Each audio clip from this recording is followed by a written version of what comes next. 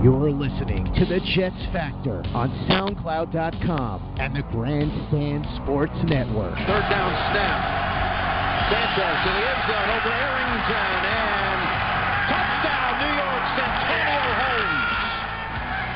Holmes. Now, here's your host, CJ DeSimone. What is going on, Jets Nation? Welcome to the final edition of the Jets Factor podcast here on SoundCloud.com and the Sports War Radio Network. I am your host, CJ the Painkiller DeSimone, wrapping up the 2019 season as we put a giant green and white bow on this past season, talk about some things. And to help me do that, I've got two very special guests on the StatementGames.com hotline joining me this evening. Both are actually from they're members of the A.E.B.G and Green podcast. So, ladies and gentlemen, I've got some very special intro music for them because, you know, we like to get funky here on the Jets Factor podcast, and I think these guys will appreciate this track. So, you know, I'm gonna put this on. All right, you know, got to flow. You got to get the flow. All right, you feeling that energy, right? Feeling it, okay. You're starting to course through the game. Okay. All right, you're starting to feel it course through the veins, and now we just get the drum beat coming in, just like that.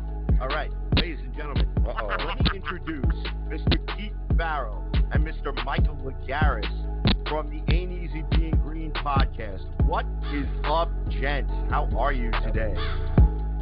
What's going on, everybody? Jet Factor Podcast Universe. What's up, everyone? All right. As we just go on with the beats right here. Dude, what happened to the Wook, man? What is he, MIA? Yeah, you know what? He needs his beauty sleep, the Wookiee. He had a long day at work today. You know, he told me we did our podcast yesterday. He expended his creative energy yesterday. I feel his tank is on empty, so he's on recharge mode. And you know how Wookiees are. They have to go into hibernation this time of year. Okay. In honor of the Wookiee, I do my poor excuse for a Wookiee cry right there. So, Croc, we're thinking of it. That was pretty good. All right. So, guys, we started talking. We got some things to discuss for tonight. All right. I mean, basically, the New York Jets finishing with a record of 7 up and 9 down. In a season that has had more twists and turns than probably the worst roller coaster you've ever been on. I mean, you know, Vomitus Maximus does not even begin to cover what I think about this season with everything that has gone on between Sam Darnold's mono, you know, C.J. Mosley's groin, the rampant amount of vaginitis that was running through the locker room, you know, rumors about Lev'eon Bell and Jamal Adams being traded, and then some more vaginitis after that. You know, I mean, yeah, man. Look, I want to hear from you guys, and I think the Jets Factor podcast audience would like to hear from you guys. Michael, we're going to tee you up first, just because I'm that kind of guy, and you're just going to get put on the spot first. So, you know, screw it. All right, so I want your opinion. I want your opinion of the 2019 season in a nutshell. Give me, I don't know, a summary of what you saw this season and where you think the New York Jets are at. Well, I think the season was very reflective of how the tenure of Adam Gase's coaching, how his job started. You know, he got here and everyone was pissed off, and then we hired Greg Williams and people had a better tone about it, and then all of a sudden we go through the draft and you're watching the draft and you see Mike McCagnon in the war room. Nobody's in there with him. You're like, you are a factory of sadness. And you're like, what? And then all of a sudden he's fired. And then Gase actually does a great move in trading Darren Lee to the Kansas City Chiefs. His little 48 hours of power. Darren Lee had like 30 total sacks this year. It was a complete trash bag. We got a 6th-round pick out of it. So hey, that's a pretty good move, actually. You know. and then we get the Mountain comes in. You know, so there's just chaos like all this chaos is going on in the off season, and then obviously, you know, we're going through our preseason. We see the offense looking pretty good against the Giants. We say, oh, all right, you know, Lev'eon Bell isn't playing, and then boom, you know, we start off the season with an L. C.J. Mosley goes down, and it was just Gase coming out saying Sam had mono, and I felt like the season ended right at that point. Now, the entire, like you said, it was a roller coaster. It's just been up and down stories left and right, and then you end in the season with the whole hashtag Wyatt crazy thing with Manish Mehta and Adam Gase. Yeah, what the hell was that? Oh, my God. What the hell was that all about? At Wyatt 18, and supposedly it was a Gase burner account. I mean, what the hell is that? It's been absolutely crazy. But let me just say one thing. After sitting back, and Keith and I talked about this on the show about Sam, our quarterback, and I was just thinking about what the quarterback had to go through with the offensive line, with getting sick, with the new coach, with all the different changes, all the different offensive line combinations, and the receivers losing Quincy, you know, all of the Gase stuff. And you know what? Sam stayed strong through all of it. He was able to overcome the ghost game that people want to call out, and the slump that he went through. He stayed strong, man. And you know, for a 22-year-old in New York City, with the way we have the media and all that pressure, he never broke. He kept going every day, picked up his lunch pail, and the last 8 games he ended up with a 93.3 quarterback rating, and that makes me feel good about where we are currently as a franchise. I hope that Adam Gase doesn't break him, and that Joe Douglas can do the right thing by putting the right tools around this quarterback. Yeah, I completely agree. As a matter of fact, I got some live audio of Sam Darnold, you know, when he was getting mad about the slump. Come after me. I'm a man. I'm 40. No, I'm just kidding. I just had to play that clip. All right, so anyhow, Keith, you're up. All right, I want you to give me, in a nutshell, same question that I gave to Michael. Give me your overview of the 2019 season, and where do you think the New York Jets are at? Yeah, you know what I think, man? I think after the season ended, one of the things that bums me out the most is that you can't really tell where we stand because of the reason, like we said, Sam had mono. And I look at the year like this, guys. In like 3 sections, look at the year. Sam had mono, so he played that first game with mono. The next 3 games, we had the Luke Falk game. And that was complete embarrassment. We're 0-4. Sam comes back, he goes 1-3. Then the second half of the season, he went 6-2. So as the year went on, he got better, but it's almost like we still don't know where he stands because the offensive line. Mike went through it yesterday. We went through the stats, dude. We were almost ranked last, TJ, in every single category offensively. Yards per game average, Jets. Exactly, dude. Yards per game average, Jets were last in the NFL. And we heard Douglas come out at the press conference, and he's talking about how the second half of the year he thought the offense played better.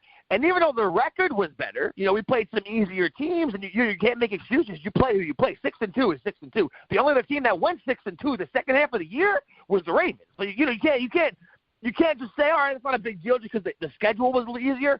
But Douglas said the offense played better, and Mike brought it up yesterday. You know, if the offense played good the second half of the year, they wouldn't be ranked last in every single thing. I mean, the offense was bad pretty much the whole year. The defense, and we're just looking at the year in a synopsis.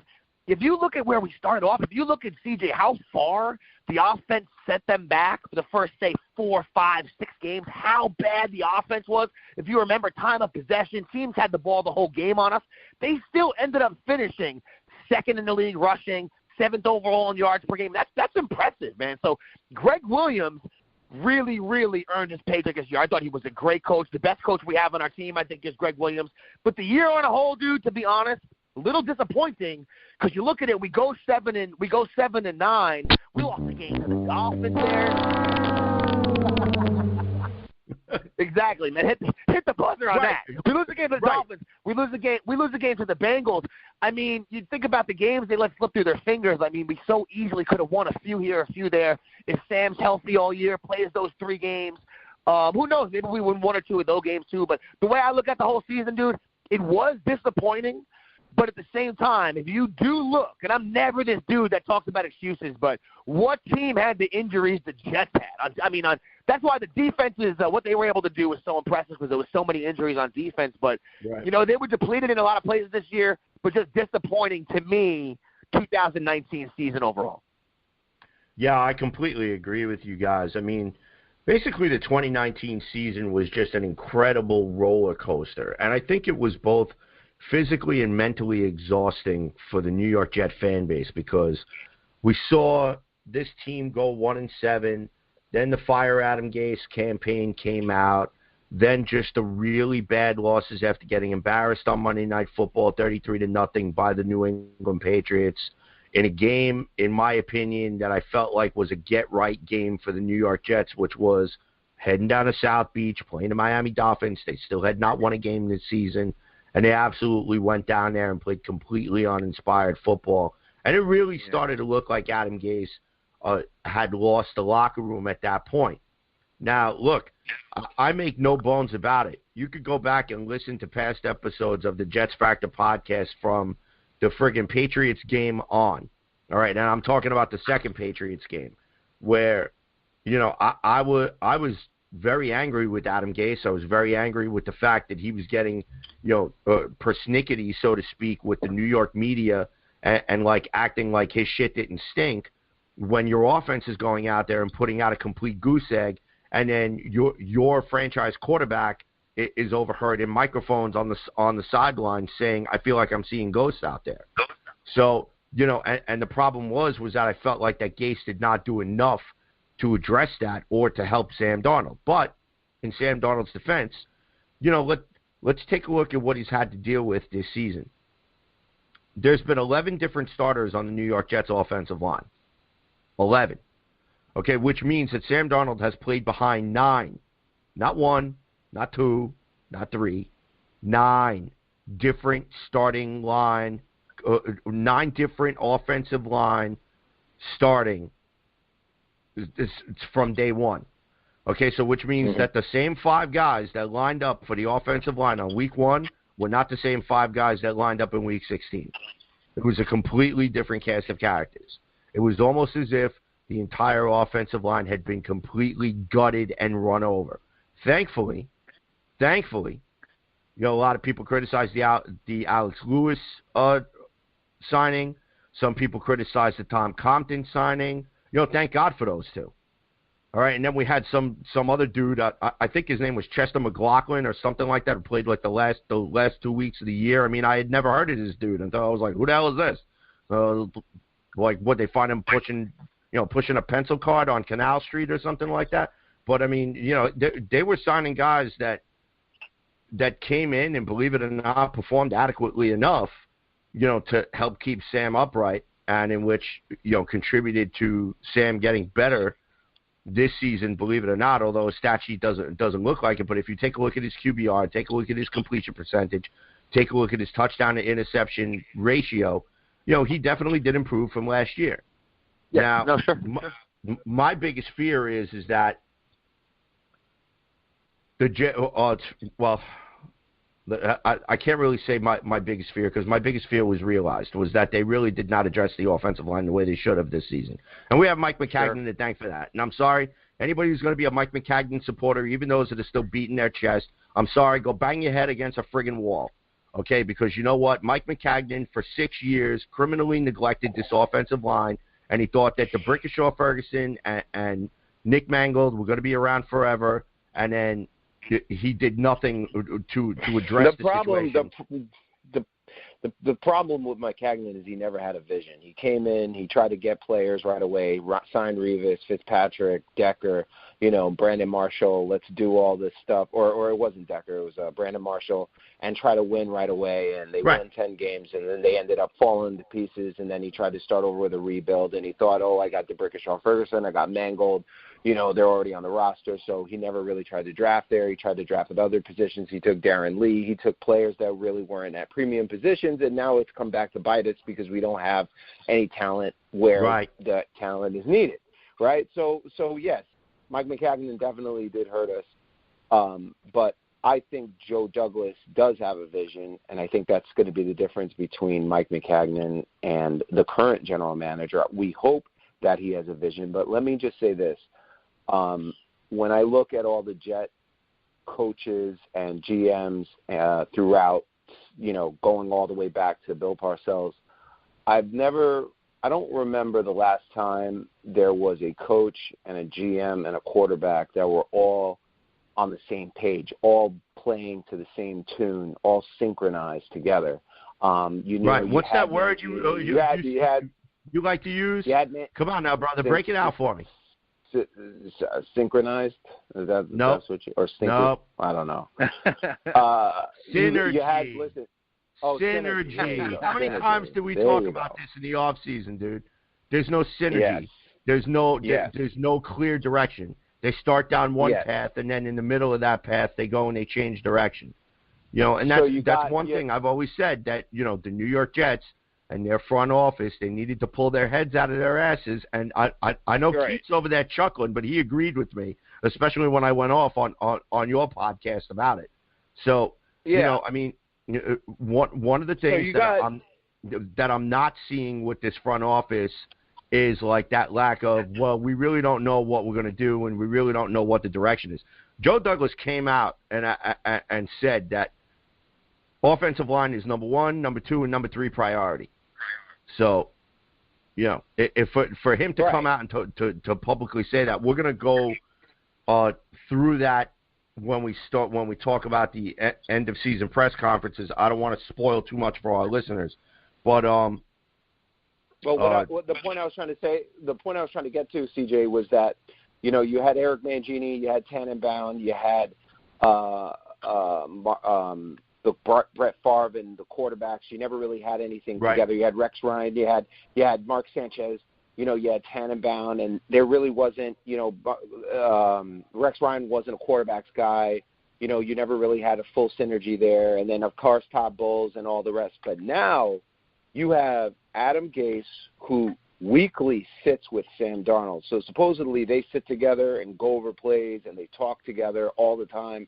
And you've got Adam Gase talking with Joe Douglas. And I'm not a fan of Adam Gase, but the one positive that I do see is that there will be consistency for the quarterback going into year 2. The general manager and the coach seem to be on the same page along with the quarterback. And those type of synergies, as we talked about before, are really, really, really important to good organizations that stick together. Now, I don't want Adam Gase to be part of us for forever, but you know what? He's going to come back, obviously. Let's see what can happen out of that, and seeing if the front office and the coaching staff and the quarterback all could be on the same page. Right. Yeah, and you know what else, guys? Is there a when it comes to Sam, idiot fact? You know what else? I'm sorry. I had to play that clip every time I think of Adam Gase. I've been fiending to play that clip, and you know what? Despite the 7 and 9, and Keith, I promise you're gonna get the opportunity to jump in. Oh no, this is good. One of the things about Adam Gase that I'm getting sick and tired of hearing. I'm getting sick and tired of hearing, oh, well, he did this with Peyton Manning. Oh, well, he did this with Ryan Tannehill. Oh, well, he did this. He's a quarterback guru. He's an innovative genius. You know what? Every time I hear that, I just want to say, you know what? Take those titles and shove them up your ass, sideways, with no lube, okay? So you could feel them going in, okay? Because I'm sick and tired of the words innovative genius, offensive guru, because you know what? Our offense was worst in the league, okay? That does not bode well for an offensive genius, for an innovative guru, okay? Because personally, to be honest with you, if he's a guru and he's so innovative, we should be like in the top 10 in points, okay? And we weren't. We didn't even sniff the top 10. You're right. All right, so Keith, I'm sorry, go ahead. No, everything you just said, I agree with so much, dude. I mean, there's not. I couldn't put it better myself. We were basically last in everything in the league, and one of those things you look to good coaches. The best coaches in the league are like, okay, you know what? My offensive line is undermanned, but here's why I have some strengths. My receivers aren't that bad. My quarterback seems pretty capable. I have a decent running back. Our defense is playing really good. Really good coaches, they can still get the job done. You know, right. they can still manage to figure something out. And, you know, in spite of Adam Gase and everything you just said, dude, I agree with 100%. In spite of him, I don't think really doing much this year to really help Sam. You know, I think if you take out the Jacksonville game and the New England game, which are back-to-back, you know, if we lived in a magical world where you just waive those two games out of Sam's stats, the other 11 games, because he played 13 this year, so if he did, besides those 2 games, you know, in those 2 games he had 7 picks, you know, in those 2 games, 7 interceptions and 2 touchdowns. The other 11 games, 17 touchdowns, 7 interceptions, had about a 95 rating. That's pretty good, you know. Right. So, but what bothers me, dude, is that those 2 games happened, right? And then Mike has mentioned this a whole bunch of times, Mike, and you know what I'm about to say, is that after those games happened, as the year went on, Sam, how old is Sam again? He's 22, right? He had to go himself to Adam Gase to talk to this offensive genius to be like, hey, man, can we fix this and fix that? Like, why does he have to do that? Shouldn't the coach be the one thinking of, oh, you know what, we should figure this out. We should tailor this more to what you're good at. Or here's what works, here's what doesn't work. How is Sam Darnold, who's in his second year in the NFL, going up to his coach, and he's the one that has to figure out how to alter the offense? Like, he shouldn't have to do that when you're 22. Especially if you claim yourself to be an offensive guru, how is Sam the one that gets put in that position? And before they did that, our offense was off the charts bad. You know, they finished the season, it's still bad. But there's some games here and there. The Dallas game, they played pretty good. The Washington game, this game, you can be like, all right, you know, that game, they look more than capable, you know. But most of the year, the early part of the season, Luke Falk's thrown in there. We can't forget that. That's 0-3. That was 3 automatic losses. You know, that throw our stats off too. But it just really bothered me. Sam had to go to Gase to talk about these adjustments and talk about ways to improve the offense and what works and what doesn't work. Adam Gase couldn't see it himself. Until they did that, the offense was sputtering. After they did that, they still weren't great, but at least they were able to, down the stretch, win 6 games and put enough points on the board to win some games, you know? Right. You know, another thing, too, and I kind of want to wrap up the 2019 overview with this, though. Did it surprise you that shortly after Trevor Siemian got hurt and Luke Falk was in, and how we basically punted the games that Luke Falk was our starting quarterback until Sam Darnold was ready?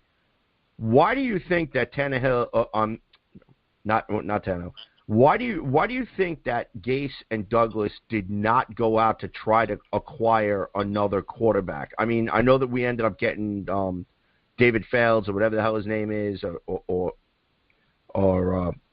yeah, I think that's his name. The backup quarterback who was with us this year. But I mean, why didn't they try to go out and get a Josh Johnson or a Tyrod Taylor or somebody for that matter? You know, because somebody who was a stopgap. Because Gase is stubborn.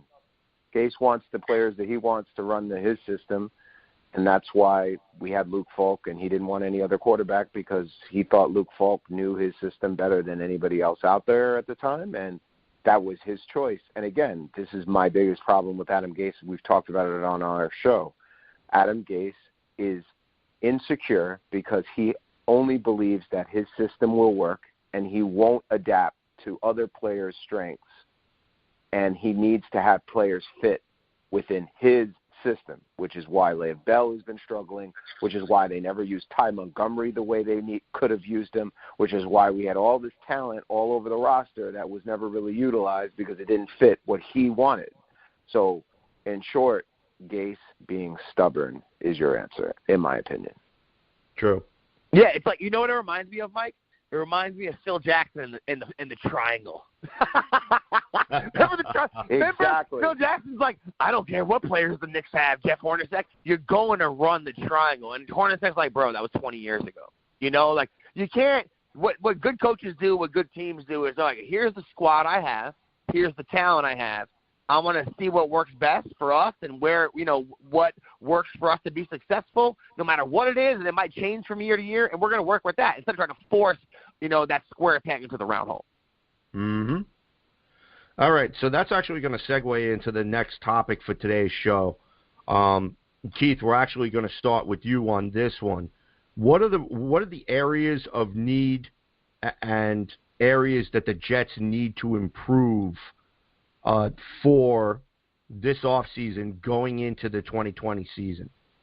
besides the obvious? Well, I mean, the obvious one that we're going to all know is, the offensive line. That goes without saying. But I'm going to say also when it comes to next year, the defense this year, guys, we ended up being awesome against the run. We got rid of Leonard Williams. We were really, really good against the run. And that was regardless of an interchangeable linebacking core. All our middle linebackers got hurt as the year went on. The secondary stayed relatively healthy. You have Jamal Adams back there who's tremendous.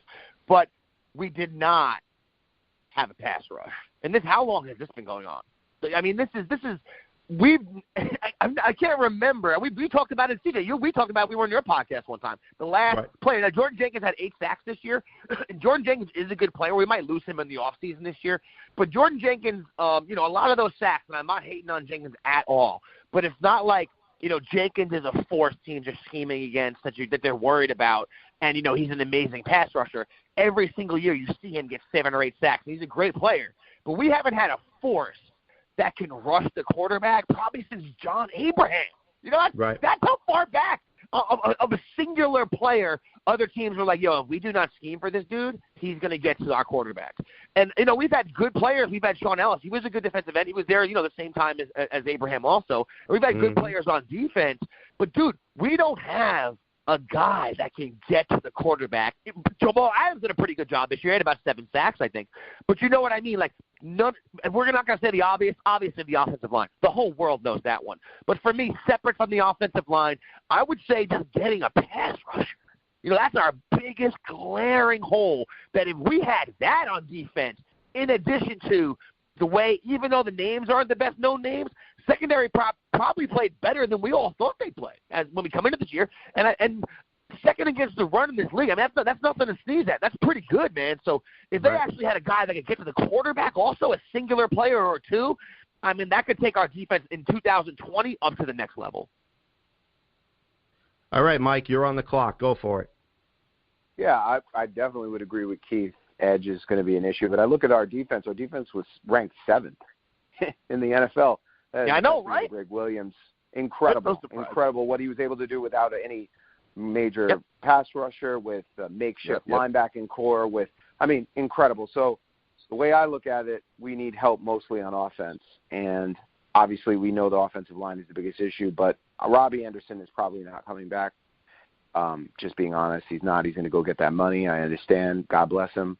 I wish him the best. I hope he can come back. I would love to give him a contract that's incentive-based, where we give him a good base, and then, depending on how many yards or scores he makes, we pay him even more and more. But to me, I would get Sam weapons, and he needs, in my opinion, an upgrade at the receiver position. I know we're going to get Ryan Griffin healthy and Herndon healthy next year. Herndon was a big disappointment, but he really didn't have a lot of help. We were 31st in the NFL on third down, on converting third downs. That's terrible. Our rushing attack was negligible. I don't think that Lev'eon Bell was used correctly as a receiver to the max that he could have been, but I think that we really need to get an elite weapon for Sam Darnold. Yesterday on our podcast last time, I was kind of trying to bring Deshaun Watson into the picture to show, hey, this is a terrible coach, wasn't a good offensive line, but he was still able to play. I left out the fact that, oh, yeah, he has DeAndre Hopkins. Oh, yeah, forgot about that. That's a pretty big asset that Deshaun Watson has there, along with the running game that he had and that Keith kind of brought up. Darnold doesn't have anything like that. And I think that getting an absolute beast wide receiver out there, like a Jerry Jeudy or Amari Cooper, is going to be paramount to getting this offense to be able to execute. And real quickly, the other thing, we need another kicker. That has to be upgraded. We have the worst kicker in the league. Sam Ficken. First of all, the last name Ficken, besides, it's too close to Finkel. And then he played exactly like Finkel this year, 19 for 27. Every time a kick was over 40 yards, you couldn't really count on him. But under 40, he was actually pretty good. But we do got to get another kicker, too. He looks just like anyone listening to this now, take their Google out and look at the nerdy dude from the movie Road Trip. He looks just like that guy with his long, weird nose. We got to get rid of him. Yeah, I definitely agree with you guys. One area that I'm looking at, I want to switch gears to the defense again, and again, credit Greg Williams for the tremendous job that he did with the New York Jets defense. Unbelievable.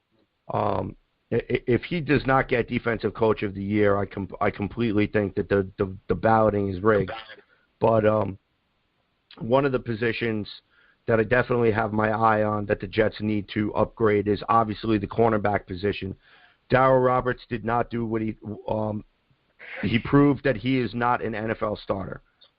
He could be a situational backup, he could be a situational player, but he is not an NFL starter. Trumaine Johnson, there are dumpster fires out there that are more productive than Trumaine Johnson was. And I'm just going to leave that as that. So, in my opinion, we probably need 1 to 2 good starting cornerbacks right off the bat to help shore up this secondary. As far as our depth is concerned, I think we have some pretty good depth. I mean, Brian Poole, no reason why you don't re-sign him to a 1 or 2 year deal to bring him back. Yep. Nate Austin. Yeah, Bless Austin played very well. Nate Hairston played very well. Maurice Kennedy, coming from the CFL, making the adjustment to the NFL. He actually did okay. He did struggle at times, but he was able to work his way out of it and still become serviceable. So we do have some decent depth on this team, and I was very impressed by that. But I still think, again, the guys that we have on here, we do not have 1 to 2 legitimate starting corners, and we need to go out and we need to procure those to shore up the secondary, because we need to be able to take some of the pressure off of Jamal Adams so he can be deployed in many different ways, like Greg Williams did. And another thing, too, that I want to add is Marcus May. Marcus May played pretty much the entire season healthy, and this is the first season that he's actually played it healthy, besides his rookie season before he got hurt. So, I expect him to take another big jump next year and really solidify the Jets' 1-2 tandem at safety. So that being said, as I circle back to my original point, we still need 1 to 2, maybe even possibly 3 corners to add to this squad to shore up that secondary. So, all right, guys, we're going to segue into the next segment. Now, as we talk about positional groups, it's hard not to talk about this. The free agency is less than 2.5 months away. I know we still got the NFL playoffs to go through. I know we still got the Super Bowl to go through. But once free agency kicks in, and Mike, now I'm going to put you on the spot here. Who are your top 3 free agents that you'd like to see the Jets target this 2020 offseason?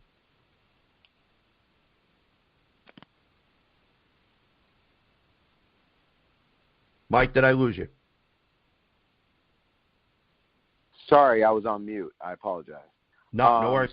Let me Be just a say professional. this. Let me just say this. Wait. I got a good soundbite for that. Here we go. What's wrong with you? How does that sound for a change? There you go. So I want to give you 4, because I feel like there's a model for success with the free agents to then pair with the draft. So if I'm Mike McCagnon, if I am Joe Douglas, God forbid, I'm paying Brandon Sheriff, right, guard, from Washington, 28 years old, and I am paying the other guard, Joe Thuney from New England, a lot of money. I'm bringing both of them in, both guards, right? Okay. And I'm also bringing back Beecham for a pretty decent price. Why? Okay? So why? Why? Because he's an average lineman, and a guy who's an average lineman. Oh God! You can now not have to reach for a tackle if those tackles are gone in the draft. If I have to throw him at left tackle, I can, or I could shift him to right. I would sign Beecham. He's average, and guess what? When he got healthy, The line got better. The facts are there. You can see it. From when Udoka was playing left tackle to when Beachum got in there. I would sign Beachum. Now, going back to what I was saying, Dante Fowler, I would pay him at edge. He's perfect.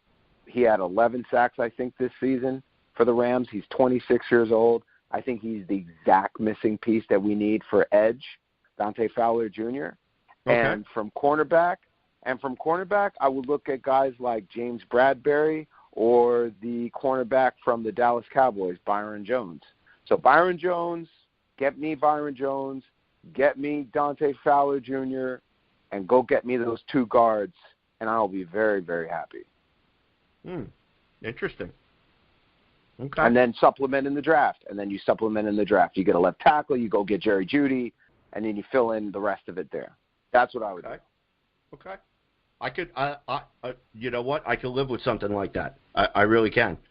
All right, Keith, you're on the clock. Go for it. Give me your top 3 free agents that the New York Jets, in your opinion, should target in the 2020 offseason.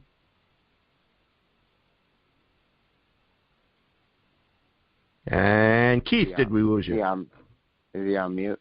I'm back. I'm sorry, guys. I dropped my phone on the floor. Are you insane? You mentioned Sheriff, who's probably the best offensive lineman who's going to be out there, probably on the market.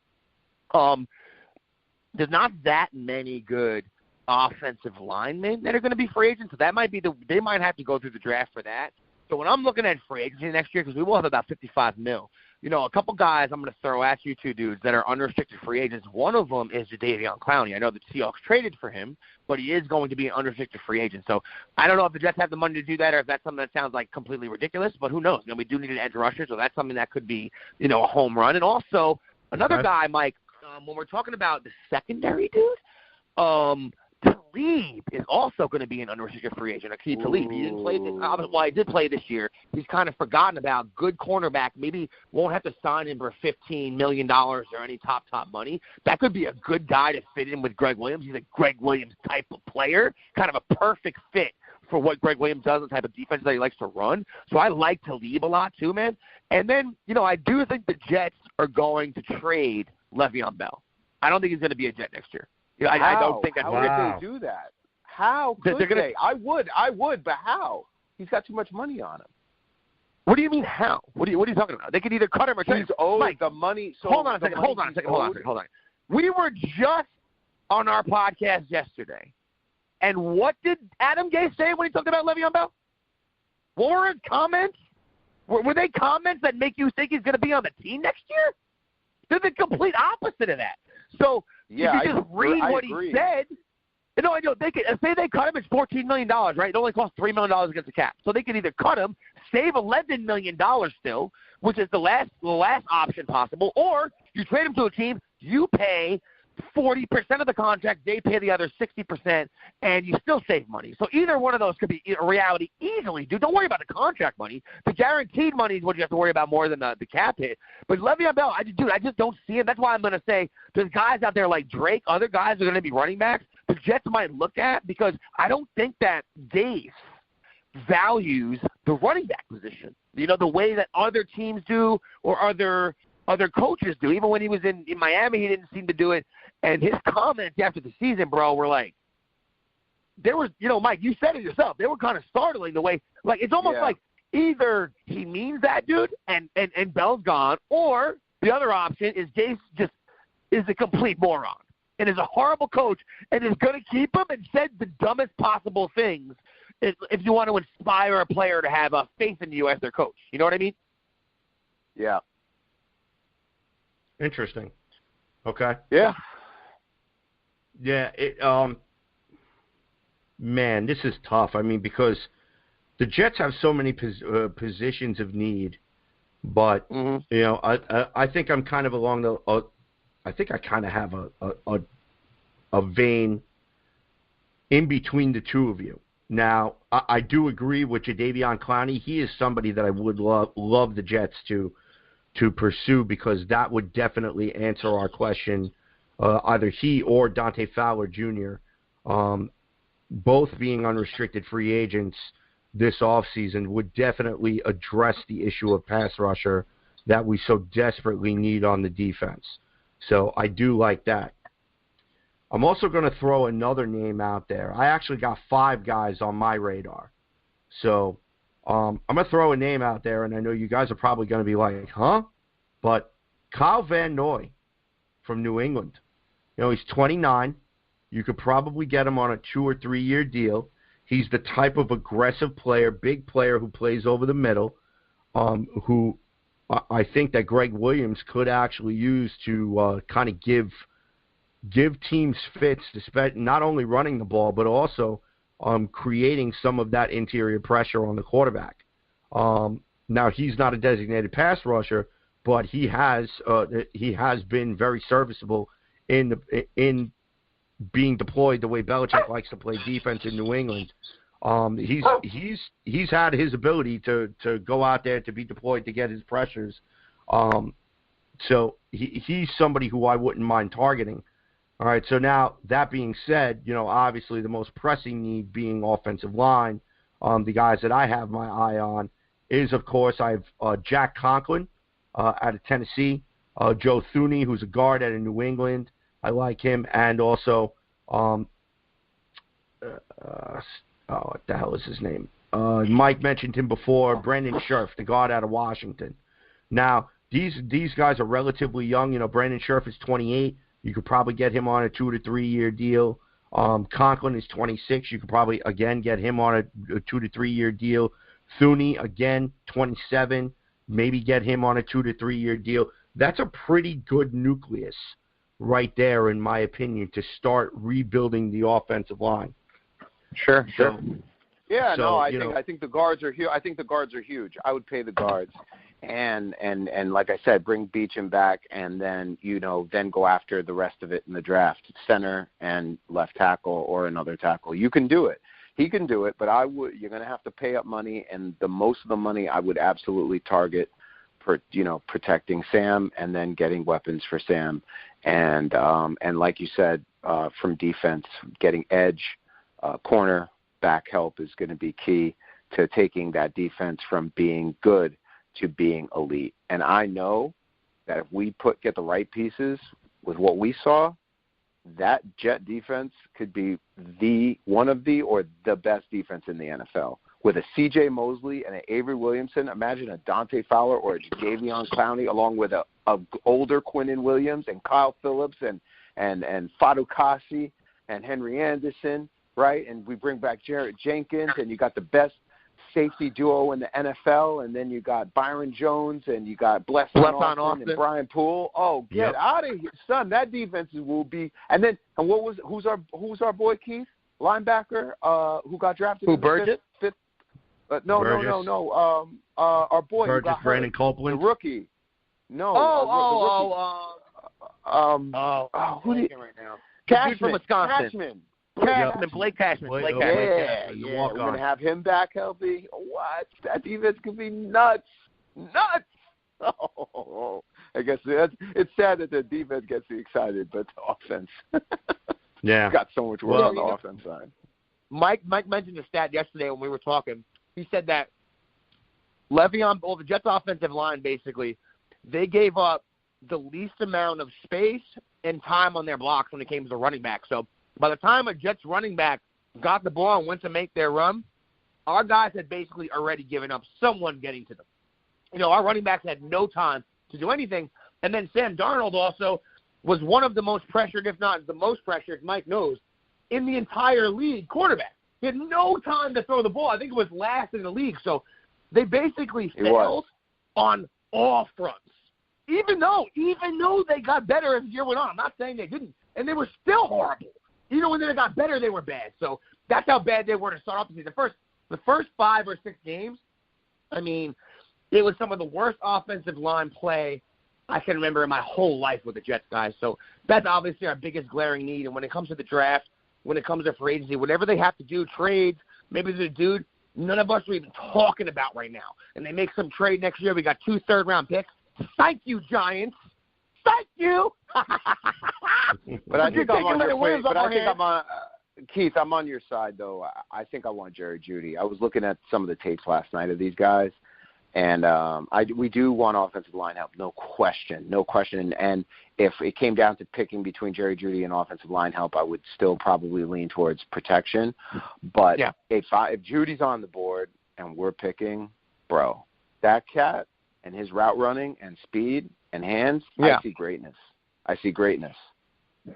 Yeah, he's going to be – that dude looks like something else right now. He looks like he's going to be absolutely ridiculous. I'm not saying – he does. And if we just want to go ahead and just give Sam a weapon, if you have Crowder and you have him, we don't know what the situation is with the new one because of the spinal stenosis or whatever's going on with him, but you bring Herndon back, you bring Griffin back. I mean, that's some weapons right there because that dude's going to be good. Yo, if you want to dream, this is real quick. If you want to dream, let's say we get Amari in the off season and then draft Jeudy with Crowder and Herndon. Damn you, Michael! You were looking at my notes, weren't you? I had to just throw it out there. It's a dream. I can dream. Yeah, well, Amari Cooper is going to be an unrestricted free agent, so it's going to be curious to see if the Cowboys are going to re-sign him. Now that they have a new sheriff in town, and that sheriff being Mike McCarthy, after Jason Garrett was shown the door finally. But I digress. This is not a Cowboy show. This is a Jets show. And now we're going to move on to our next topic of conversation. As you all well know, Adam Gase and Joe Douglas most recently had their end-of-season press conferences in which they met with the media and did their exit interviews with players and so on and so forth.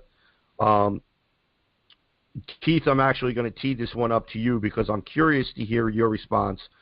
What was the one thing out of both the Adam Gase and well, actually, I'm going to let you pick one thing from each because obviously, just the way that this is being microscopically, broken down into a fine powder, as you like to say, from the Gase press conference and the Joe Douglas press conference, what was the one thing from each one that really stuck out to you?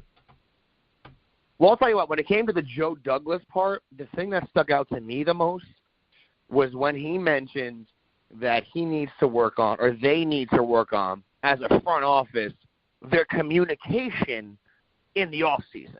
And why that stuck out to me is because even though it just sounds like something that you say in passing, he mentioned it, he was talking about it.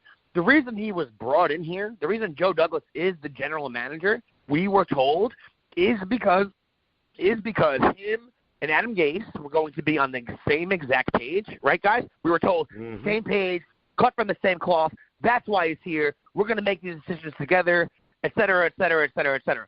So when you hear in his press conference, one of the first things he says is that's what they need to work on, it makes you think in your head, like, dude, when Adam Gase got canned in Miami, what you heard for 3 years was him having, maybe he's a great coach, maybe he's not, but we do know one thing for sure. He's not a good communicator. He was able to alienate a locker room, able to somehow make the owner hate him down there. So when I hear from Joe Douglas, we need to work on our communication, it makes me think that's Joe Douglas saying Adam Gase needs to work on his communication. That's what that says to me. And this dude, I think that's Joe Douglas saying, dude, you're going to get this next year as the coach, but if not, if you don't get the job done, you're gone. Because, we don't really hear general managers say that very often, especially when they're brought in supposedly because they're going to be an exact lockstep with the coach. And when it comes to Gase and his press conference, I mentioned it before, when he's talking about, say Lev'eon Bell is a Jet next year. Say he plays for the New York Jets. If you have a press conference and they ask you these questions that are such softballs, they're such softball questions. They're so easy. If you have 2 brain cells in your mind, you can figure out a way to be like, yeah, you know what? We're going to try to do better next year with Lev, this, that, the other thing. It's so easy. Or just sidestep the question. To be like, yeah, he'll not be on the team. He might not. Just ask the general manager.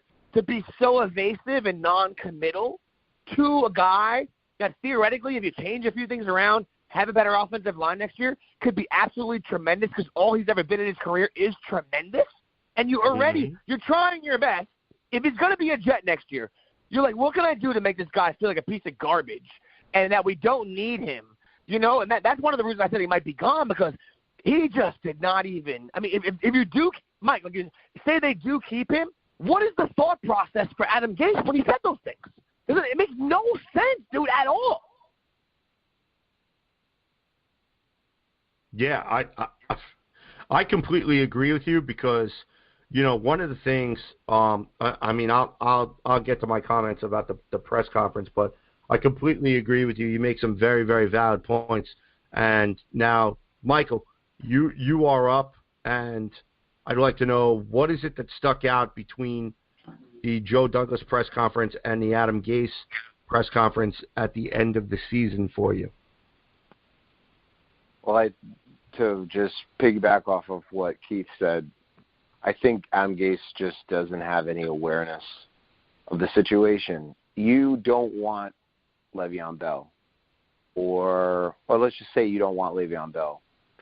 If you don't want him, you don't make it sound like you don't want him, because what that does is you take leverage away from your general manager on trying to trade Lev'eon Bell. Because if other GMs know that the coach doesn't want this player, then they don't really need to bid high, right? So it's just who he is. He's stubborn. He is insecure. And because he didn't like Manish Mehta, because Manish has been ripping him, and again, Manish is his own guy because he's throwing around his narratives. He's pissed off because he doesn't have sources inside of the locker room the way he used to, and he's just taking it out on Adam Gase with certain things. So that's the drama that exists with the New York media. But I just thought Adam Gase and the way he dealt with the end of the season was just childish, and he took away leverage from his general manager. And what the general manager said that I took away is they said, hey, what about Lev'eon Bell? He said, look, if someone picks up the phone, if someone calls, I'm going to pick up the phone and listen. That is right. You say that. You're like, look, anybody on this team with the right blood, like Keith said, if somebody called Joe Douglas and said, I will offer you 3 first-round picks for Jamal Adams, we're trading Jamal Adams. End of story. I know how great Jamal Adams is. He's an amazing player. But if someone's going to offer 3 first, we're taking that. You could rebuild the team with that amount of capital. So Joe Douglas said, look, if somebody's going to bring the right offer, I'm going to listen. And that's the type of message, that you want your general manager to sway. But he did say that communication is going to be important. He said that he wants to bring people in who are culture people. And he wants the New York Jets organization to have a great culture and a good fit from players going forward. And I like to hear that. But that, again, that's GM talk. Let's see what he's going to do. Look. A lot of times that general managers come in, and I want both of you guys to just hear me out on this. When general managers usually take over, the first draft, the first couple of months is hard for them because they don't have their scouts in place. So that first draft, there's the older general manager scouts that are all in place, and front office people are in place, right? So they have to take about a year to get all those people out, to get their infrastructure set up so that they can draft and see and recruit and get the players and coaches that they want in their vision, right? That's how it normally is. So Joe Douglas has all of his infrastructure already set up, okay? So this draft that's coming up, where we have 4 picks in the first 60-something picks or something like that, he is all set up. He has a huge, huge job here with the amount of money he has, with the infrastructure that he has, knowing the weaknesses. We were able to play a lot of our younger players to see what type of depth, what type of talent that we have on our team going into next year. So I think he has all of that data, and now he can try to build this team towards the vision that he sees. And, I feel like coming off of his press conference that he understands that, and he's looking for a certain type of player and certain type of culture to build the New York Jets going forward. Yeah, I completely agree. You guys actually hit upon a couple of points that I actually wanted to make about the press conference. One of the things that stood out to me about the press conference was Adam Gase's bristling when he was asked about the question about Lev'eon Bell. Now, look, I'm going to give my opinion, and this is strictly my opinion. people may agree with it, people may not. Okay, and I apologize for the language that I'm about to use because I've really been doing my best to keep it clean this entire show. But when it comes to Adam Gase and his press conferences, there are some things. Now, look, I know that there are people that are going to roast me on social media. They're going to be like, you're an Adam Gase hater and this, that, and the third. You're not giving him any credit. You know, the team finished 7-9. You're poo-pooing on the record. Look, Adam Gase is a fucking douche, okay, plain and simple, okay? The reason why he's a douche is because he doesn't know how to utilize his key personnel. All right, you got Lev'eon Bell, one of the best backs in the NFL, and he doesn't have a clue how to use him. I'm sorry. I don't want to hear the arguments anymore about, well, it's his first year and he's getting used to a new system. No, I don't want to hear it. Okay, you have the most dynamic running back in your backfield for your franchise quarterback who has a grand total of 26 starts in 2 years. Okay? There is no reason in the world why Lev'eon Bell should not be getting touches and should not be more involved within that offense. That's clear stubbornness. That's clear ridiculousness. And I'm sorry, I call Adam Gase out on the carpet for that. That's misuse of personnel. Okay? Now, look, we know he's not going anywhere because he's the head coach of this football team. Chris Johnson has already dropped the hammer and decreed that it is. So this year he gets a pass. He gets a reluctant pass from me, but you know what? He better do a lot better job with that offense coming up because if this New York Jets offense is in the 30s in total offense for the 2020 season, then I got news for you. There's no more excuses for Adam Gase, and he needs to be shown the door. And I don't give a shit what goes on. Okay, I'm sorry. All right, I give Adam Gase credit where credit is due, and I criticize him when he needs to be criticized. And I'm sorry, but you know what? Adam Gase did not take full advantage of the weaponry at his disposal this season. And again, this is my opinion. You have the right to disagree, and that's fine if you disagree. But I'm telling you right now as a Jet fan, what I saw these past 16 games is I saw games that we pissed away because of Adam Gase's stubbornness, and I saw games that we pissed away because we did not take advantage of opportunities that we had in front of us. All right? Really? I don't want to see shit like that in 2020. I don't. The excuses are out the window. They're out the door. There's no more Mike McCagnon fall guy. There's no more Zombie Bowles fall guy. There's no more Ryan Fitzpatrick or Josh McCown as quarterback. All of the excuses have left the building. You now have to pony up or shut up. Plain and simple. All right? There were only two things that Adam Gase did to me that improved from what the Jets used to do.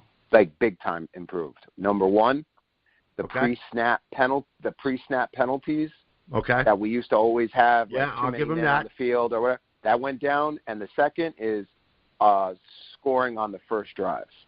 We never used to score on the first drive. Scripted plays on the first drive. He definitely improved the Jets at that.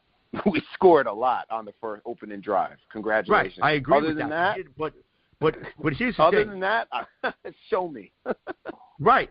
Well, you know, in-game adjustments, okay? If they're stopping the run, how come Sam is not rolling out?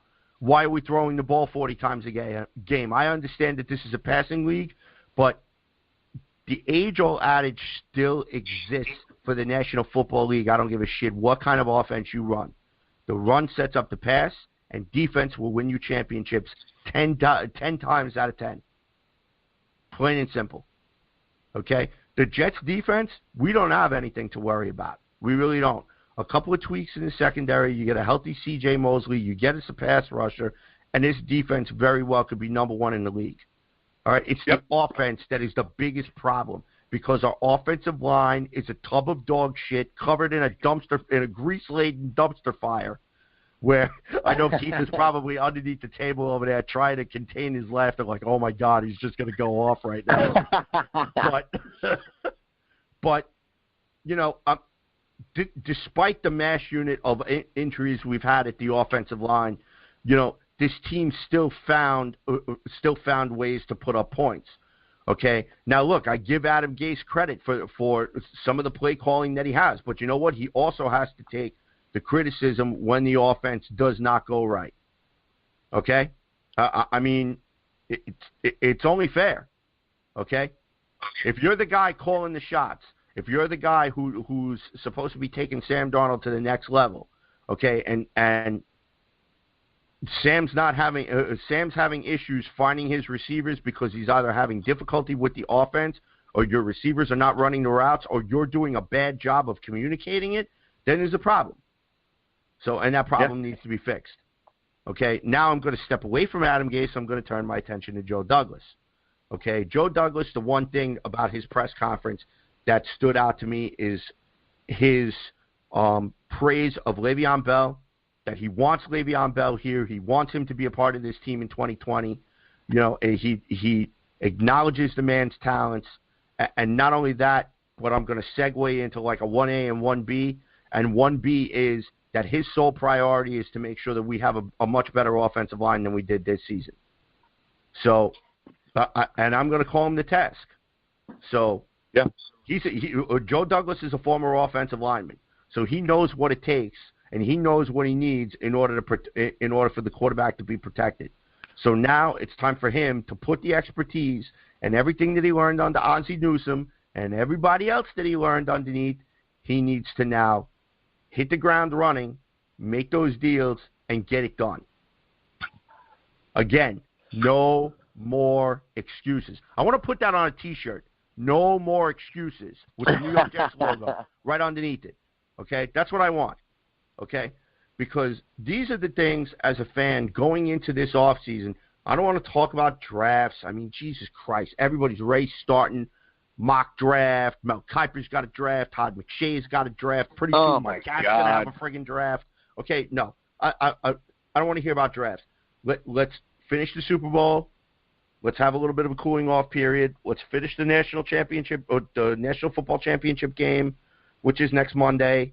You know, just let's enjoy the NFL postseason right now. Let's enjoy it. Let's embrace it. Let's enjoy it. We're gonna have plenty of time to figure out who's on whose big board, and it's gonna change every day like everybody's underwear. Okay, I'm so sick and tired of it. But right now, I don't want to talk about the draft. I want to take a look right now at what the Jets need to do. And I'm sure that Joe Douglas has already got his minions running out there doing whatever it is they need to do to get himself ready, so they're ready to hit the ground running for free agency. So, again, those are the things that stood out, you know, for me as far as the press conferences are concerned. And again, I apologize about the language, but just when it comes to listening to Adam Gase and his press conferences and his elusiveness with questions, sometimes, you know what, it's just better to just say nothing than to just sit there and act like you're the smartest person in the room and you want to let everybody else know about it. Because you know what, Mike McCagnon used to do that, and his press conferences, there were times where I wanted to reach through the TV and I wanted to smack the shit out of him. Because you just sound like the biggest douchebag walking the face of the earth. Just shut up. Yeah, man. Don't say anything. No, I agree, dude. Yeah, I wanted to say one more thing. When we were talking about Adam Gase, I just here we go. When I would no. This isn't going to be a rant. This is just stats, dude. This is just stats. Okay. I didn't have it in front of me before, and I was listening to both of you guys talk, and you guys are so good. You, Mike, and fucking TJ. I love you guys. You guys know what you're talking about. But this is what I want to say. Guys. New York Jets. Not bad. CJ was talking about Adam Gase being bad this year. Dude, remember last year how bad the Dolphins' offense was? He coached that team, too.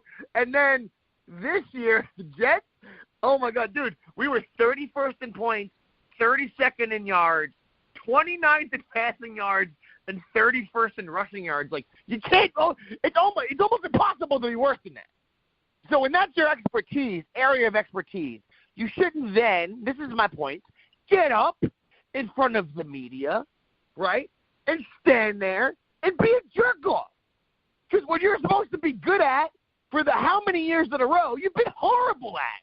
Right, and I agree. Everyone can see it. Apparently, besides, the owner of our team, or the quasi-owner of our team, and his brother's over there in England. I mean, dude, have some possible awareness or humility to understand you didn't do a good job at the one thing you're supposedly good at, and the only reason your team has 7 wins is because the other dude on your staff, Greg Williams, who I'd love if he was our head coach, that dude killed it this year with a makeshift defense. That's why we hung in games. That's why we were able to pull out games. That's the reason we won the Cowboy game. All these games, you look at it and you're like, yeah, those are some big moments on defense. That was defense, not the offense. So that's why I don't understand. How do you not have awareness? How is your awareness at like if you're a Madden character, your awareness is a 0. Or you just really don't give a shit about Lev'eon Bell. Like, and that's what bothered me about the end of that because the Mountain, Joe Douglas, he had said different statements like CJ said about Bell, positive statements, understood how good he is, things that made you be like, all right, cool, because I want them to keep Bell. Don't get me wrong, because Lev is tremendous, and he did his best this year, and he was such a team player. When we had Luke Falk in there, we had 3 absolute embarrassment games in a row. Lev'eon Bell didn't pull an Antonio Brown, start saying I need more carries. Oh, I can't believe I came here, start tweeting out negative things. This dude was 100% team player the whole year. That's why it bothered me so much the way that Gase went about that press conference, guys. Can I ask you guys a question? Just think about this. If Greg Williams was the head coach and Adam Gase was the offensive coordinator, Adam Gase would have been fired at the end of the season. Exactly. Adam Gase would have been fired at the end of the season. And you know who would be our new offensive coordinator? I'll tell you right now who would be our new offensive coordinator. And I know you guys are going to laugh at me, but Jim Bob Cooter would actually be our new offensive coordinator. Hey, I'll take it. I'll take it over Gase. I would. Everybody knows Jim Bob Cooter, first of all, has one of the top names in the history of mankind. Second of all, good offensive coordinator. He might have got in there. Anybody, even though we have, we had Patton Oswalt, who's basically underneath Adam Gase. That's what that offensive coordinator looks like. Yeah, he's that. Google Patton Oswalt and take a look at Loggins and tell me I'm wrong. Tell me I'm wrong. Tweet at A.E.B.G. and tell me I'm wrong right now because you know that I'm right. But that jabroni, he basically was like, I'm a man. I'm 40. That dude, he was an offensive coordinator / asked Adam Gase every day how many sugars he wanted in his coffee. That dude was not even that dude is a complete patsy. And if you're from New York, you know exactly what I mean. He's completely just fugazi human being. That guy's not an offensive coordinator. Adam Gase ran the offense, as we know.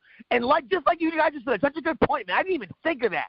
If you flip the script and Greg Williams was the coach, Adam Gase would get fired. That's a great point, man. Yeah, he would. Really, and that's why it's nuts. So, look, like I said, the only upside I can think of is that Sam will be much more comfortable in the scheme.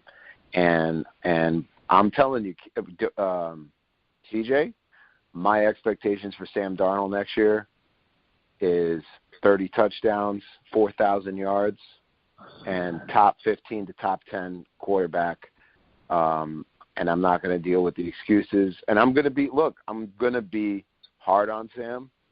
I went through Sanchez. I've been through it already, like you guys. I'm done. Mm-hmm. You're the third pick in the draft. You're 23 now. You had 2 years. I understand the mono. Yeah, the coach man. Sucks. Yeah. I get it. But you know what? Sometimes when you're a great player, you're great. You're great. You're just great. You just do it. Mm-hmm. Next year, Sam, for me, needs to do it. Right. Yeah, I completely agree. Do it. So, yeah, all right, guys. We're now going to move on to the last topic of the show before we wrap it up. 3 names which we talked about very much throughout the entire podcast. Robby Anderson, Quincy Enunwa, and, of course, Lev'eon Bell. Keith, I'm actually going to tee this one up to you. Are all 3 New York Jets next year, or who do you see going and why? Yeah, you know what, dude? I think that none of them are going to be on the team next year. And here's what I think. I think that, like I mentioned, I don't think Lev is going to be on the team. I think he's going to get traded regardless of what the Mountain says, regardless of what Joe Douglas says. It's obvious that he was already on the team, or at least, it was a Mike McCagnon move, I should say, to sign Lev, and then maybe Adam Gase wasn't on board with it because Mike, remember, and CJ, remember, before last year even started, he had similar comments about the running back position. So I don't know if he wants that much money spent on a running back, so I think Lev's going to be out of here. When it comes to Quincy Enunwa, spinal stenosis, dude, that is like that shuts down careers. I mean, that's the type of thing that a lot of people, anyone out there who's actually a professional wrestling fan, those guys, if they have that diagnosis, they can't wrestle anymore. People aren't supposed to take hits on their back anymore. You're not supposed to take any high-impact hits anymore because you have that narrowing of the spaces in your spine there, and it puts pressure on your nerves. It goes through your spine. So, that's what stopped Mike. That's what stopped David Wright. So that's not good, dude. So I don't know if Quincy Enunwa is going to play football ever again. I'm not a doctor. I have no idea. And when it comes to Robby, I don't know. I want to see what you guys think. I'd love to hear what CJ thinks because Robby is really good. Robby's a good wide receiver. Don't get me wrong. I think if Robby was on a team with an elite, if Robby was on the Chiefs, he could be some dude that in fantasy football would be tremendous. Maybe he'd have 1,300 yards a year and 10 touchdowns. But I don't think he's a guy that is going to be able to be a number one receiver and be tremendous without a tremendous supporting cast around him, a great quarterback. Because if you look, Robby, he runs down the field. He's fast as hell. He'll catch those balls. He can go up and get the ball. But if he catches a ball and a hit gets put on him from any angle, from anywhere, he goes down because he's not the biggest guy. He's not someone that goes over the middle, takes the hit, spins off it, and then runs 50 yards. Like, a lot of number one receivers in this league, not only can they run the deep ball like Robby, they'll also go up over the middle, catch it, take that hit, keep going, which he can't do. But I think other teams are going to offer him more money than the Jets are going to look to offer him, especially considering the draft picks we have and the fact that we can get a receiver in the draft next year. Crowder's still pretty good. Honestly, to be honest with you guys, I don't think any of those dudes are going to be on the Jets next year. Okay, Mike, you are on the clock. Go for it. I think Lev'eon Bell will be because I just don't think a team is going to trade for him or even trade for money. I mean, if you really look at it, Lev'eon Bell, his numbers this year really but people don't have to trade for him. He can get cut. They can just cut him like happens all the time in the NFL. That's what I'm saying, too, because that's another option I'm just throwing in there in the mix. If they could save a lot of money by cutting him, then absolutely I would agree. I think that his contract, I think we would get a big hit on that contract next year, and it's the following year where we would get relief by cutting him. I think, but I'm not 100% sure. You could be right. But I think that Lev'eon Bell is going to be on the team. I just don't think anybody's going to trade for him, but we'll see what happens. I want him to be on the team. I think Robbie Anderson is gone. I agree with Keith 1,000%. I don't think the Jets are going to pay the 15 to 12 to 13 million that it's going to take to sign him. He's going to go get his money. And Quincy Enunwa, I just think that it's a lost cause with him. He's got spinal stenosis. And I don't think Robbie or Quincy are going to be New York Jets next year. I do believe that Lev'eon Bell will be. Yeah, I'm actually going to jump into the mix here, and I'll start with Lev'eon Bell. I believe in my heart of hearts Lev'eon Bell will be a New York Jet next year, and I think that he will honor every single year of his New York Jets contract, regardless of what Adam Gase has to say, because I just think that the enigma that is Lev'eon Bell and his dynamic ability, which he brings to the team, far outweighs, Adam Gase just being his typical douchiness and, saying, "Oh no, we got to get rid of him." So no, I fully believe Lev'eon Bell will be a New York Jet in 2020. He will be taking that field right behind Sam Darnold, and I think that he will have a much better year than he did this year. So, fingers and toes crossed that I'm right, and we'll see about that. Quincy Enunwa, I hate to say it, I love Quincy. He's one of my favorite receivers. I think it's time for him to retire. I really do. Spinal stenosis, again, Keith gave a very detailed medical analysis of his condition and what Quincy is battling. And that's something that if you take a hit to the head, you take a hit to the back, you take a hit to the neck, you could be a quadriplegic. So we've we've entered the realm of quality of life when it comes to Quincy Enunwa, sort of like we did with a couple of other players, like I want to say Josh Baker. He was a linebacker a couple of years ago for the Jets. Had multiple concussions, a huge concussion risk. Sometimes you have to save the player from themselves, where they just it's too much of a risk. It's too much of a liability risk. And as much as I would love to see Quincy Enunwa out there catching balls from Sam Darnold and dragging defenders, 10 yards after the catch, and him just getting up and spiking the ball and screaming up in the air, or, picking his head up in the air and screaming like he used to do. As much as I want to see that on the field, I also want to see the man be able to have a good quality of life after football, and be able to be a good father to his children, to be a good husband to his wife, and to have a good quality of life outside of the game of football. So he may need to decide whether or not his playing career is done. In my opinion, Robby Anderson, this is a little bit of a slippery slope. I would like to see him back on the Jets next year. I mean, he really was. He and Jamison Crowder were pretty much, and Ryan Griffin were the three main receiving threats this season. And Robby did improve his play as the year went on. But I don't think that Robby Anderson is worth $12 to $15 million a year. I would go no higher than 10 if I'm the Jets. I would maybe possibly dabble in the $11 million a year realm if necessary, but I go no higher than that. And I just have this sinking suspicion that he will not be a New York Jet next year. I believe that someone will pay him his 13 to 14 mil to be that burner. I wouldn't be surprised if he ends up on the West Coast. There were a couple of stories, possibility that he may, look to reunite with Matt Rule. Now that Matt Rule is in Carolina. But Carolina has a couple of good receiving threats down there, and with only limited cap space that they have, I don't think that they would want to be on the hook for another big contract, knowing that they have two speedsters still under rookie clauses.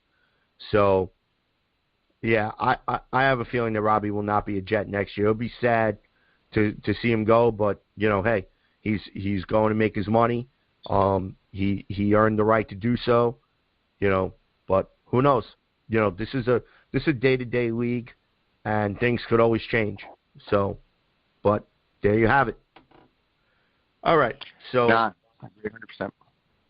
Now, we're going to finish up tonight's segment as we go around with our final thoughts. We'll start off with Michael, then we'll go to Keith, and then I will circle around, as I do have a big announcement to let you guys know of after we finish our final thoughts. So go ahead. Final thoughts are, let's just get ready, enjoy the end of the playoffs. There are no Patriots. There's no jabroni whack-ass Bills in the postseason, so I have no emotions. I can just sit back and enjoy football. Let's just decompress, let the year go out, and then when it's over and a Super Bowl champion is crowned, and we start rolling over into next season, let's try to, I would say honestly, let's just try to look at it just enjoy, the process, and try to look at it from a positive view and not always be negative. I know that that's not going to way it's going to be. There's always going to be negativity. But anytime you go look on Jets Twitter, there's always complaining and everything. It's just like, you know what? Let's just take it for what it is, man. Whatever free agents, we get, whatever we draft, let's go into next year, 2020, positive vibes. Young Sam going in his 23rd year of life, his third year in the NFL. We've got a team that I feel like we're not putting together, throwing just free agents and trying to win like back in 2016 where it's fall apart. If we actually do become successful, this will be a well-built team for a long, sustainable success. So this is hard to see right now. I know the New York teams are going through the same thing like the New York Knicks and the Mets and the Yankees, although the Yankees are pretty much ready to go right now. But it's hard to go through rebuild, but, that's where we're at, and let's just have positive vibes going into next year. That's my final thoughts. All right, Keith, you are on the clock. Go for it. You know what my final thoughts are, CJ and Mike, is that I'm just delighted how that Buffalo Bill game ended last week. It was tremendous. I think CJ enjoyed that as well. Watching Josh Allen choke away a playoff W with interceptions into guys' bellies, intentional groundings that were absolutely mind-boggling and ridiculous, laterals to just no humans. No one was even there. That was great. And then, better than that, CJ, of last weekend, all Jet fans listening, all A.E.B.G fans, all Jet Factor podcast fans, was the Patriots taking that L. Now, look, are we being petty? Are we being petty that we're Jet fans that love that L? Yeah, we are. But guess what? It was still great. Because I told Michael, I'll sit there and collect every tear of every Patriot fan and bathe in them all off season. That's how lovely that was. And one other thing I want to mention to you, CJ, specifically, is that you're a podcasting treasure, and I love you, and I love your podcast, and I love the passion you have for the Jets and the love for the Jets. And you know what? You're the best, bro. And that's what I want to throw out there to end it off. Oh, well, thank you, Keith. I appreciate that. So my final thoughts, plain and simple, I'm actually going to give you a two-parter. First things first, just, again, brief overview of the 2019 season. It's been a very physically and mentally exhausting season. A lot of injuries, a lot of things went sideways that really shouldn't have. But we did see some bright spots. We did see some players like Braxton Berrios and Vincent Smith and Blesson Austin really rise to the occasion when their numbers were called. So I'm really looking forward to seeing those young players blossom and explode into next year, which will be nice. And the second part of it is, the Jets Factor podcast may be ending, but this certainly isn't going to be the last that you're going to be hearing of yours truly, as I am currently working on a project that I plan to launch sometime between the end of February, beginning of March. I'm hoping to have this project off the ground before the start of the brand new NFL calendar year, as we kick off a brand new 2020 NFL season, with yours truly returning in a brand new show entitled Weapons Hot. And that's the only tease that I'm going to give you guys. Just keep your eyes out for social media. I will be making a post on Facebook probably sometime over the weekend, because there are a great deal of people that I want to thank on this podcasting journey. It's April of this year is going to be 7 years that we started, that this wonderful journey has started. And I've had the fortune to meet some wonderful people. Obviously, the two people that are joining me today, Michael Lagares and Keith Farrell, and, of course, Nicholas Kronk, who is right now in club bed looking at the inside of his eyelid. So, special thanks to the Wookiee, as always. But some other people that I want to mention, Paul Edson Jr. and Joe Brandon from Sports Law Radio. Thank you guys so much.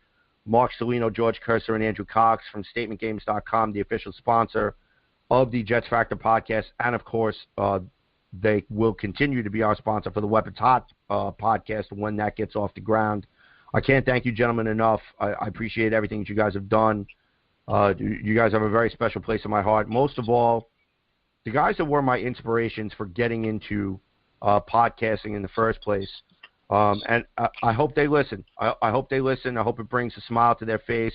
Mr. Julian Carter, host of the Green Zone Radio, one of the very first New York Jet podcasts that I actually listened to kind of get me started on this wonderful journey. Mr. Tyson Roush over at Let's Talk Jets Radio, he and Long Beach Joe, Mr. Kevin Sirkin, kudos to them. Also, Mr. Dennis Agapito. He was actually a podcaster on Jet Nation Radio for a little while. Also was a co-host of Let's Talk Jets Radio for a very short time.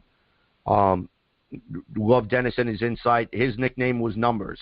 there was anything you want to know about a salary cap or a player salary or whatever for the incentives, we didn't call him numbers for nothing. I mean, this guy could just pull it out of the air, and he knew it. He just knew it. He could recite it with his eyes closed. So, and he's somebody who I looked up to and drew a lot of insight from. Another couple of people that I want to mention, Lonnie Siegel and Eric Manisey. I know Lon is part of Jets Own Radio. Eric used to actually have a podcast called the Jets Twit Podcast. Just tremendous guys, tremendous human beings. Brian Johnson from One Jet at a Time, and now he's off doing his thing somewhere, wherever he is. I hope he's listening and smiling and laughing, going, CJ, why did you have to mention me on the air? Why? Why would you do something like that? But, of course, Brian, I got to give you some props. I mean, hey, you helped us out. Joseph Jersey Haas from the Green and White Show, along with Amiri Tulloch, made an appearance on that show. And, of course, most recent, Mr. Kevin Robbins, Euros Nikolic, Mike Thomas, and Mr. Eddie El Chapo Delgado from the Live Rounds podcast. Be sure to check them out on Facebook. Great bunch of guys.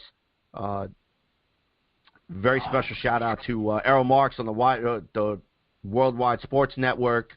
Again, coming on, giving us some time. And most of all, there are a couple of other people that I want to mention. Mr. Manish Mehta, who was nice enough to come on and bless me with a presence on an episode. Mr. Bobby Jackson, former New York Jets cornerback. He came on a couple of shows when we first got off the ground. Rob Carpenter, Fireman Ed, got the opportunity to talk to them on the NYSF pod when that was up and running. So I've had the privilege of meeting so many people. If I haven't mentioned your name, I do apologize. I don't want to bore everybody here with all the names and shout outs and everything. But I've been fortunate and blessed to make a lot of friends along this journey. Of course, these two gentlemen sitting right next to me, Spotty Blackman, Mr. Kevin Jackson, who's probably again looking at the inside of his eyelids right now, that bum. So. I hope he's listening and laughing somewhere, going, "What the hell, man?" So, but in any event, ladies and gentlemen, it has been a privilege and an honor to bring you guys the Jets Factor podcast every single week, and I look forward to continuing the journey with you guys on another platform very, very, very soon. It's not goodbye. It's we'll see you later. All right? So just remember that. Now, in the meantime, you can still follow the show on Twitter at CNC Jets Factor. You can follow me at JetsFan0523. Mr. Lagares, please give out your social media information so fans of the Jets Factor podcast can follow the Ain't Easy Being Green Soul Train, as I like to call it. I like that. Yeah. You can find us on the Elite Sports Radio Network, SoundCloud, iTunes, iHeartRadio, Spreaker.com. Check us out on Facebook at AEBG.JetsRadio, on Twitter at AEBG_NYJ Podcast, and on Instagram at jet.AEBG. All right. And, ladies and gentlemen, for Michael Lagares, Mr. Keith Farrell, Mr. Nicholas Kronk, the Wookiee, who is in cryogenic suspension right now. This is CJ the Painkiller DeSimone signing off for the last time on the Jets Factor podcast. We will see you guys when we see you guys. Peace, love, go Jets. And thank you all so very much for all of the love and support that you have blessed upon the Jets Factor podcast for the past 6.5 years. And for that, I want to give you guys a Jets chant. Let me pull it up on my board here because, it's all the way at the back, which is retarded. But here we go.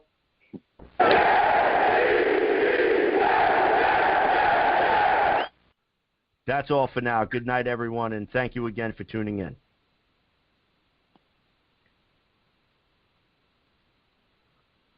Do you have a podcast and are you ready to bring it to the next level? Then stop what you're doing and listen closely. It's time to join the Sports War Radio family. It's a platform made by the fans, for the fans. We can help with graphic imaging, commercial radio production, and reaching a much larger audience. Every day you're not improving your podcast, your competition is. What are you waiting for? Email us at sportswarradio@gmail.com.